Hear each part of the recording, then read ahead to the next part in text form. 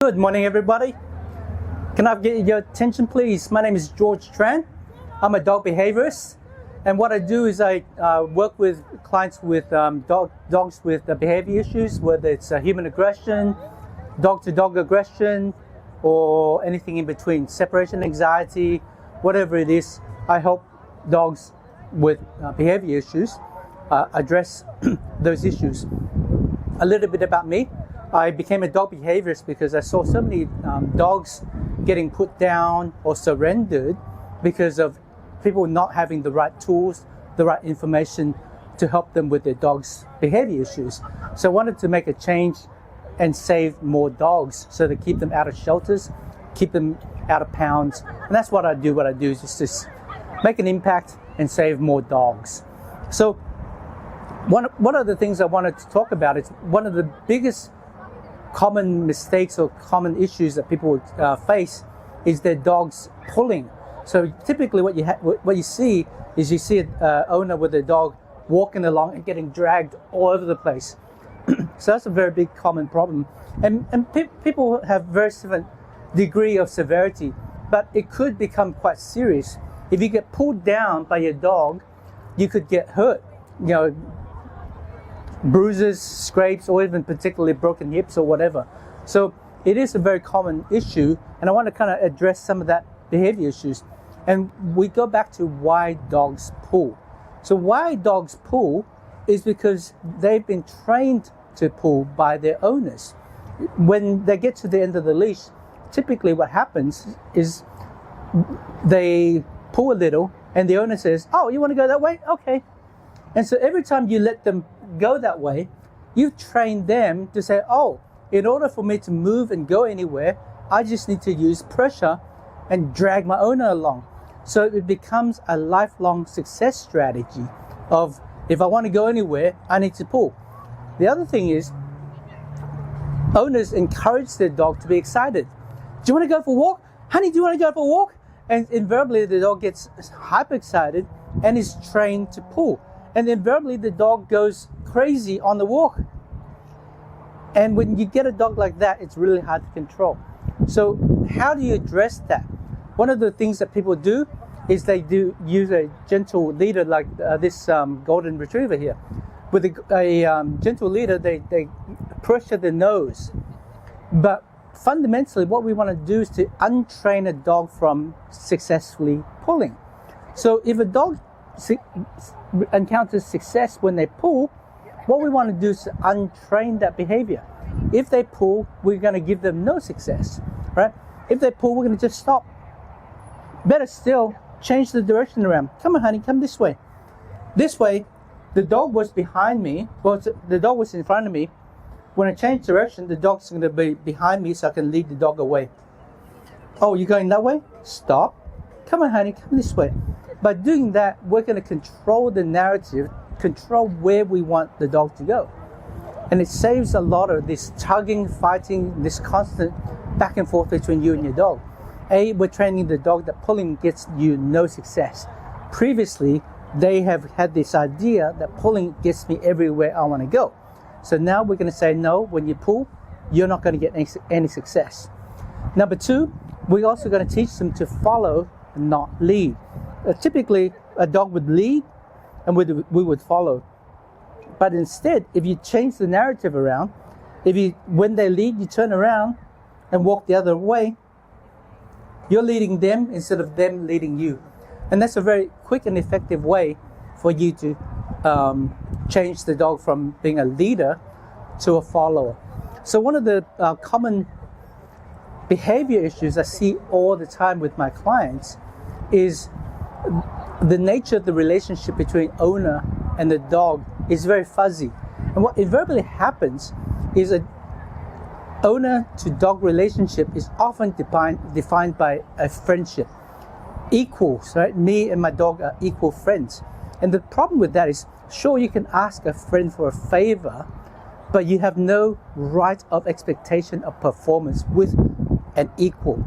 Whereas if you have a parent-child relationship, then you have a much more higher chance of expectation of performance.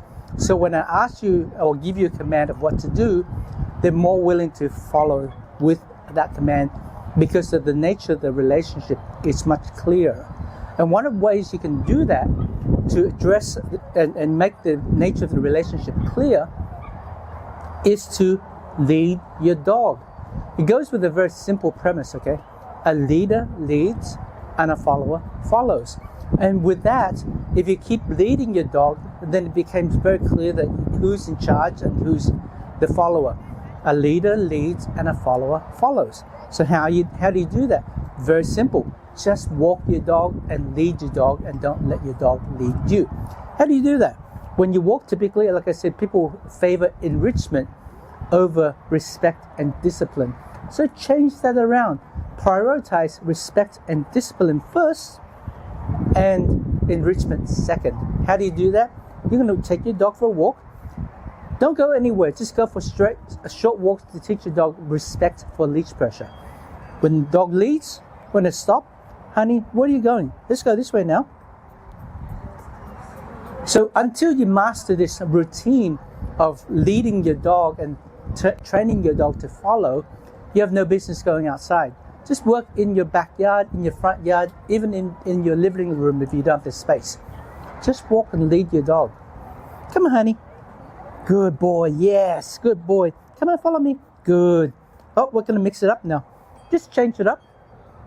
Just change it up and just keep leading your dog. When your dog goes ahead, just stop. Honey, where are you going? We're going this way now. Good boy. Yes, follow me. And literally, if you just keep up doing with this, you're going to see dramatic improvements in the behavior of your dog in regards to your dog obeying you, listening to you, and stopping inappropriate behavior when it matters. For example, they're running and trying to catch a cat, a possum, whatever it is. Because the nature of the relationship is very clear, parent-child relationship, they are more likely to stop when you say so because it's not an equal relationship, it's a parent-child relationship. Lead your dog and become a good leader for your dog. This is one of the things that I would recommend that you do when you're working with your dog. Is again, just very simple. Take your dog on a leadership walk. Just lead your dog. When the dog goes ahead, stop, turn around. Come on, honey. Just turn around and keep leading your dog. Go in small circles. And that's one of the very quick, easy, and effective way to change the nature of your relationship with your dog, and to get your dog to respect you and listen to you. And that's one of the things that I teach with my clients. Another common problem I see with my clients is what's called separation anxiety. And separation anxiety is actually a big misnomer. A lot of people say that their dog has separation anxiety, and it feels really good. Oh, my dog misses me. But oftentimes, it's not really the case. In almost all the clients that I work with, it's not actually separation anxiety, it's demand barking. Let me illustrate to you what demand barking means. Demand barking is, let's say, I'm King Charles, right? I have servants serving me in my palace. And all of a sudden, all the certain servants just went away without my permission.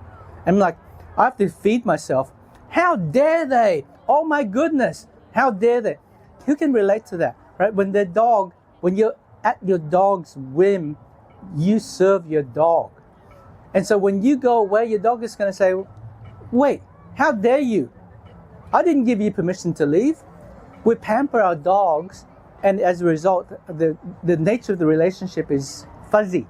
The dog thinks that the dog and you are equal, whereas a more wholesome, a more holistic relationship that you should have is the same way you with your children, you should have with your dog. A parent-child relationship where this is my house, my rules, I'm in charge, not in a tyrannical way, but in a leadership way. I'm making all the decisions. I take your needs into consideration, but at the end of the day, I'm the parent and you do as you're told as a child. When I say stop that, you should stop that. If not, I'm going to follow through and make sure that you listen to me. So again, in that regard, with a separation anxiety due to demand barking, it comes also down to the nature of the relationship. It's fuzzy. So again, one of the ways you can do that is to change the nature of the relationship to make a parent-child relationship so that the dog doesn't feel the entitlement to make a demand on you, the owner, to say, hey, how dare you come back here? So separation anxiety is a very complex issue. There's a number of ways, a number of reasons for that. Again, that's the prominent, most common reason for a dog to bark is through demand barking. There's obviously other reasons as well as far as barking. For example, a dog is under-exercised, bored, or chasing and barking at birds. That's just from a dog being just bored. And you can do a lot by just exercising, walking your dog, playing fetch with your dog, and drain that energy. So again, it's not just separation anxiety, it's not just barking. It's important to understand where the behavior is coming from. And that's why working with somebody like me, a behaviorist, we can identify the problem and then come up with solutions that is specific to the dog's specific issue, rather than say, oh, your dog is anxious, here's some drugs, see you later. If you need more, just come back to me, we'll up the dosage. Anyway, my name is George Tran. I'm a dog behaviorist. I'll be standing here for the next few minutes to answer any questions that you may have. And you can also find me online by going to dogleadershipacademy.com. Thank you very much.